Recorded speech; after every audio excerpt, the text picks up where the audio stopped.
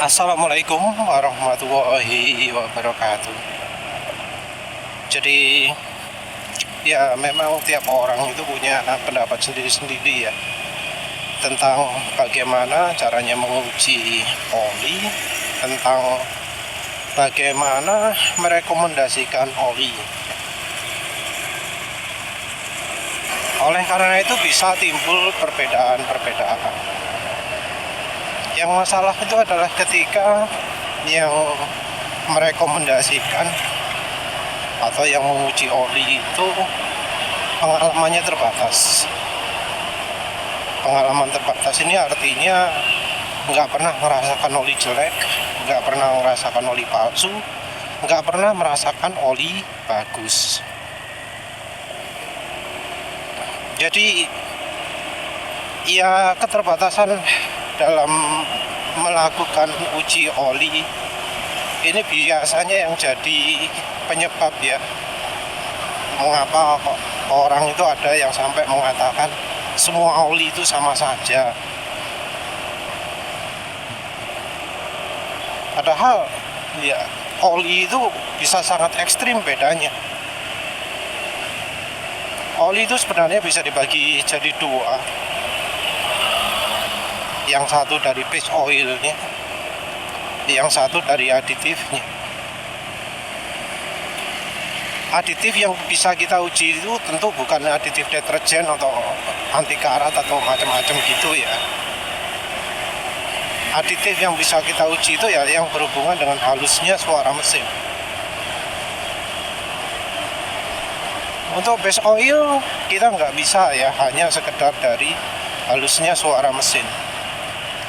Kalau base oil itu lebih ke ketahanan halusnya mesin, ke seberapa parah ngelitiknya, ngelotoknya, kelotakannya.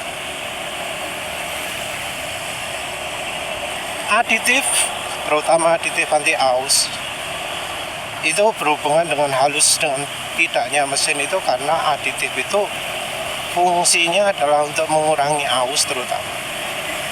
Walau ada juga yang membuat licin. Aditif itu bekerjanya tidak instan, tapi butuh waktu. Bahkan sampai beberapa hari dipakai. Kadang juga sampai ratusan kilometer baru bisa dirasakan efek aditifnya.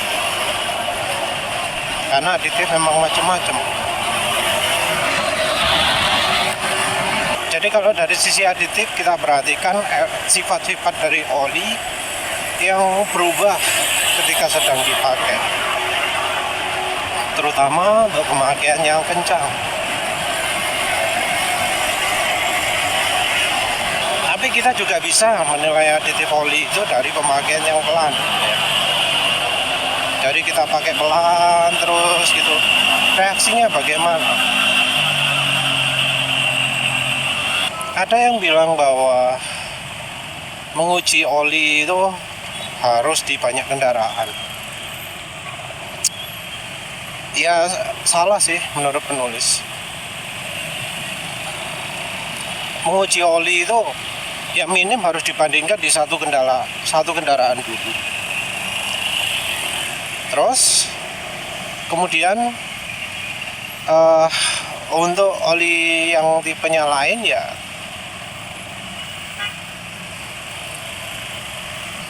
memang bisa ya ada efek oli yang sama dipergunakan di kendaraan yang berbeda maka hasilnya berbeda. Itu bisa terjadi. Tapi ya kalau menurut penulis, kalau ingin tahu jelas ya minim kita harus lakukan satu kendaraan dengan banyak oli. Itu dulu. Kita nggak bisa kemudian membandingkan uji oli di satu kendaraan dengan ya oli yang lain di kendaraan yang lain. Karena perilaku kendaraan satu dengan yang lain itu bisa sangat ekstrim. Ya kalau untuk contoh penulis saya antara motor penulis ini NMAX ini dengan Nex 2 dengan Honda Beat itu bisa betul-betul beda sekali ya efeknya.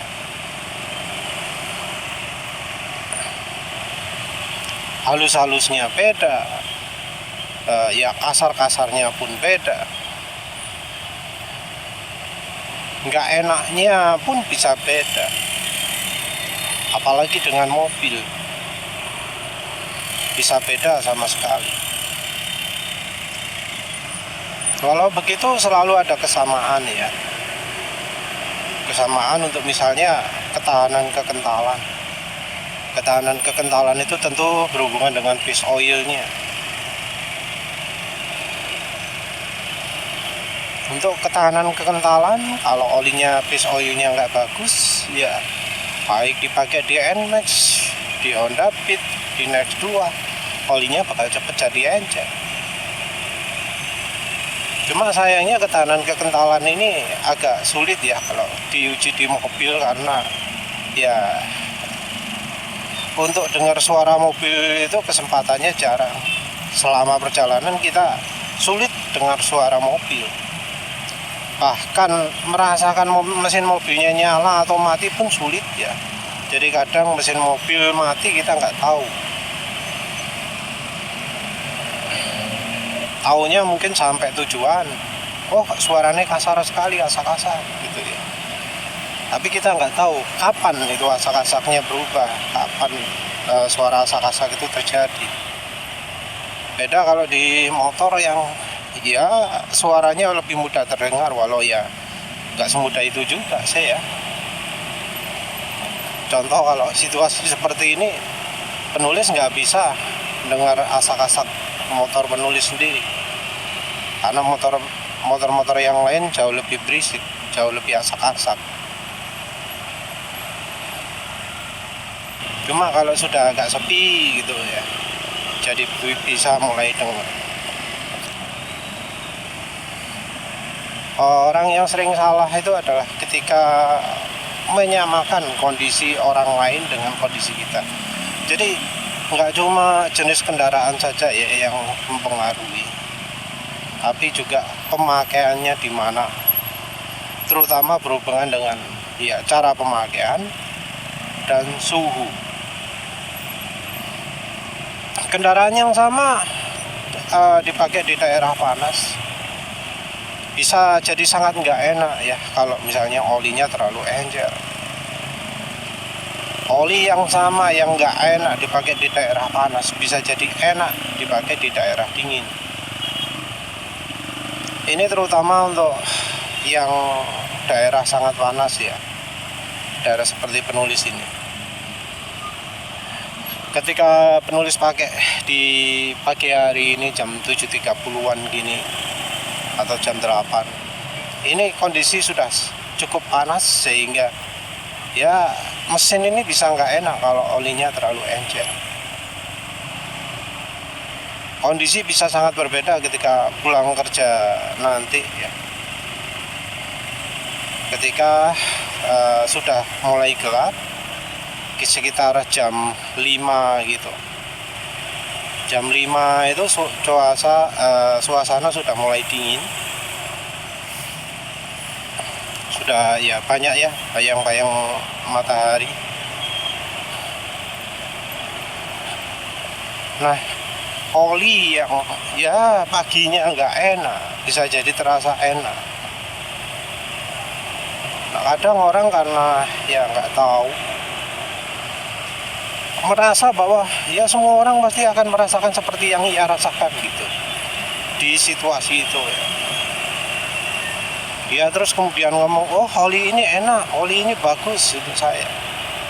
Yang satu karena dia kurang pengalaman, karena nyoba olinya terlalu sedikit. Yang kedua karena ia tidak pernah merasakan kondisi panas yang seperti dialami oleh orang lain. Sering terjadi ya, oli yang ya buruk di daerah panas itu ternyata nggak begitu buruk kalau daerah dingin. Ini baik oli yang encer ataupun oli yang kental ya. Ya seringnya juga oli yang kental malah sangat nggak enak dipakai di daerah dingin karena terlalu kental, berat, nggak enak, bahkan sampai mesin nggak bisa nyala saking beratnya olinya.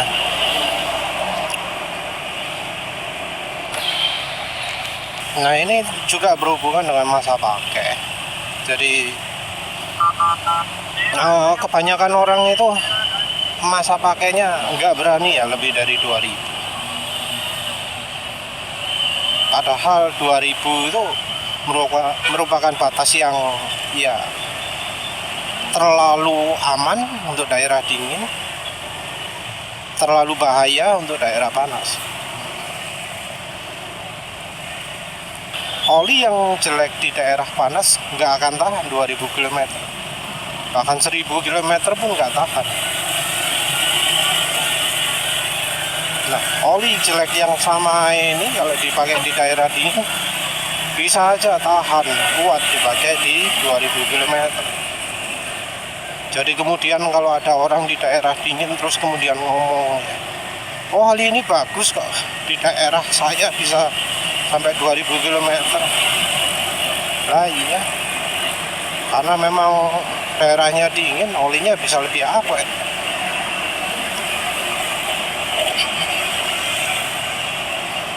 Pakai oli yang di daerah panas bagus mungkin wah gak enak, berat, macam-macam. Ya karena memang olinya terlalu kental. Terlalu kental ini ya nggak selalu berhubungan dengan angka, karena ada oli 10W40 yang kekentalannya stabil terus. Seperti ya, contohnya Pro, Yacu. Pakai oli itu di daerah dingin, kalau olinya terasa terlalu kental ya terlalu kental terus, karena terlalu stabil kekentalannya. Nah oli-oli yang bagus ya, yang ketahanannya kuat gitu, kalau pakai daerah dingin sudah bukan 2000 km lagi limitasinya. Bisa aja tahan dipakai bahkan sampai 6000 atau 8000 km. Karena ya ketahanan kekentalan yang baik, apalagi juga biasanya aditifnya juga baik.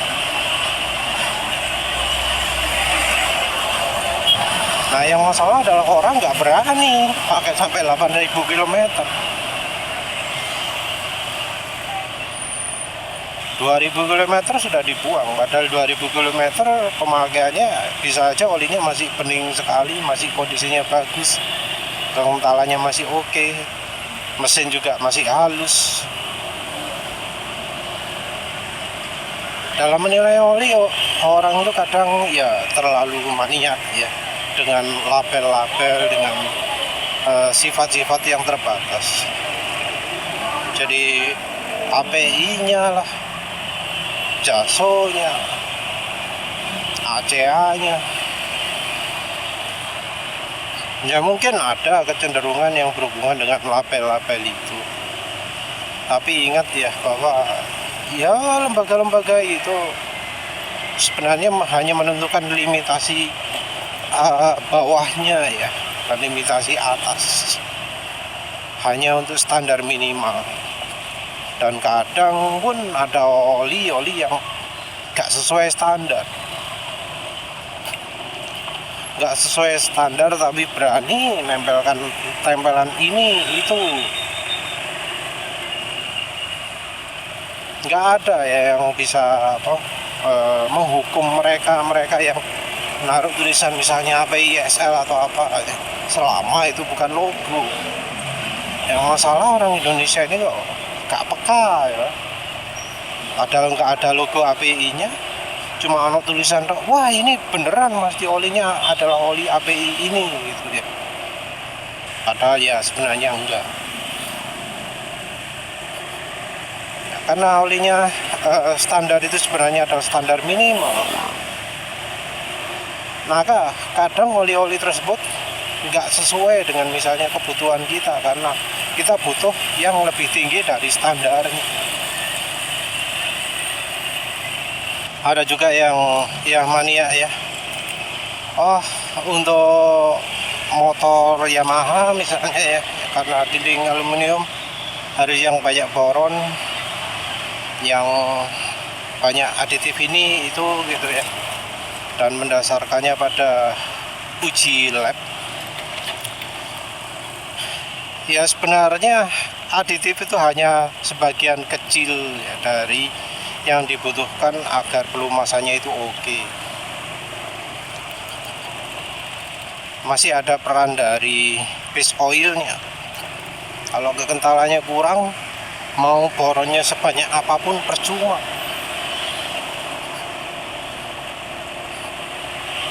Dan ya repotnya adalah karena kebanyakan oli itu nggak ada datanya, jadi kita nggak bisa pakai perbandingan gitu ya. Data yang ada pun bisa aja sudah tidak berlaku lagi, karena dari pabrikan oli sendiri berhak untuk merubah resepnya, merubah resep tanpa ngomong-ngomong.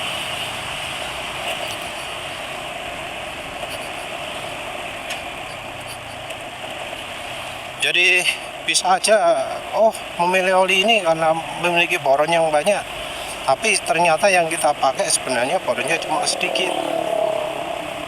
Atau kalau olinya beneran boronnya banyak karena base oilnya kurang begitu sip, ya ternyata hasilnya nggak sip. Itu bisa terjadi. Tapi yang sering sekali orang salah itu dalam menilai sebuah uji itu adalah yang namanya uji itu sebenarnya adalah uji gugur. Untuk oli, sifat yang harus diuji itu ada sangat banyak. Enggak cuma dari aditifnya saja, tapi juga ketahanan kekentalan dari base oilnya misalnya. Apakah base oilnya itu bisa tahan lama tanpa cepat jadi hitam? Apakah penguapan base oilnya minim? Ini juga merupakan faktor yang penting. Dan ya sayangnya yang bisa diuji kan sedikit, yang konsumen bisa uji sedikit. Sementara yang uji ada banyak, kita nggak bisa tahu angka persisnya berapa. Contoh soal shear stability, sebenarnya pasti ada lah data yang menunjukkan seberapa tahan kekentalan olinya bertahan selama ya dikocok, diapakan begitu.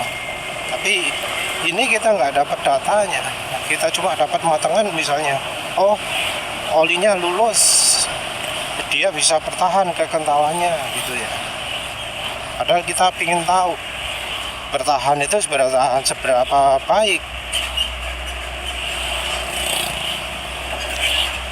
Kita juga tentu misalnya kalau oli itu ternyata punya daya licin yang baik, FII-nya berapa, fuel economy index-nya berapa. Karena tentu kan waktu diuji ketemu angkanya berapa, tapi kita nggak akan tahu.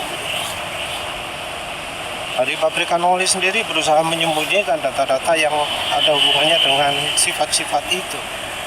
Bahkan data seperti misalnya pour point atau titik tuang pun kadang nggak dicantumkan karena itu menentukan kemampuan olinya. Ada juga yang nggak mencantumkan TBN misalnya, karena itu mengindikasikan seberapa banyak aditif olinya, aditif ya macam-macam.